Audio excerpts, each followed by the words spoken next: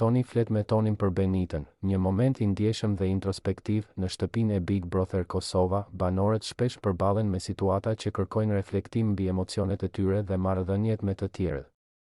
Një nga këto momente ndodhi kur Toni vendosi të flasë hapur me Tonin për ndjenjat dhe situatën e vështirë që kishte përjetuar me Benitën. Ai nisi bisedën me një ton të sinqertë dhe pak të trishtuar: "Mua më kanë kapur te puna e Benitës. Ajo I ka dhënë shanse edhe Klodit, prandaj unë kam rënë ngushtë." Fjalët e Tonit nuk ishin thjesht një ankesë, ato treguan një reflektim të thellë mbi situatën emocionale dhe kompleksitetin e marrëdhënieve brenda shtëpisë. Ai pranoi se ndjenja e tij për Benitën nuk ishte e lehtë për t'u menaxhuar, dhe se fakti që ajo I ka dhënë mundësi edhe Klodit kishte shkaktuar një ndjenjë të pasigurisë dhe të rrëshqitjes emocionale.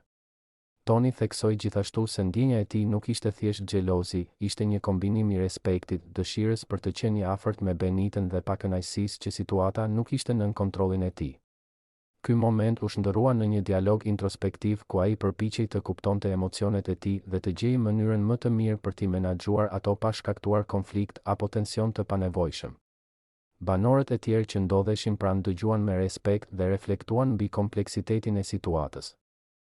Shumë e pan këtë moment si një shembull të pjekurisë emocionale. Toni nuk fsheu ndjenjat e tij, por I përballoi me sinqeritet dhe ndërgjegje për situatën reale.